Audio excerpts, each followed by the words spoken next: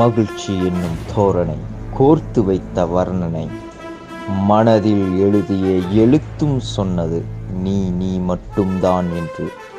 கம்பளம் விரித்து வர்ணம் பூசிய வாழ்க்கை என்று நினைக்கவில்லை. நினைக்கும் வரை யாரும் இங்கு உனக்கு சொந்தமும் இல்லை. சொர்க்கமோ நரகமோ தனியே சென்று கற்றுக்கொள்ள தேவையில்லை உனது அறிவுரை. அலறலோ குமுறலோ அறிந்து கொண்டு வாழ்கிறேன். இழப்பதற்கு ஒன்றும் இல்லை, அழுவதற்கு கண்ணீரும் இல்லை. இனியும் இன்று முதல் இறைவனும் இல்லை.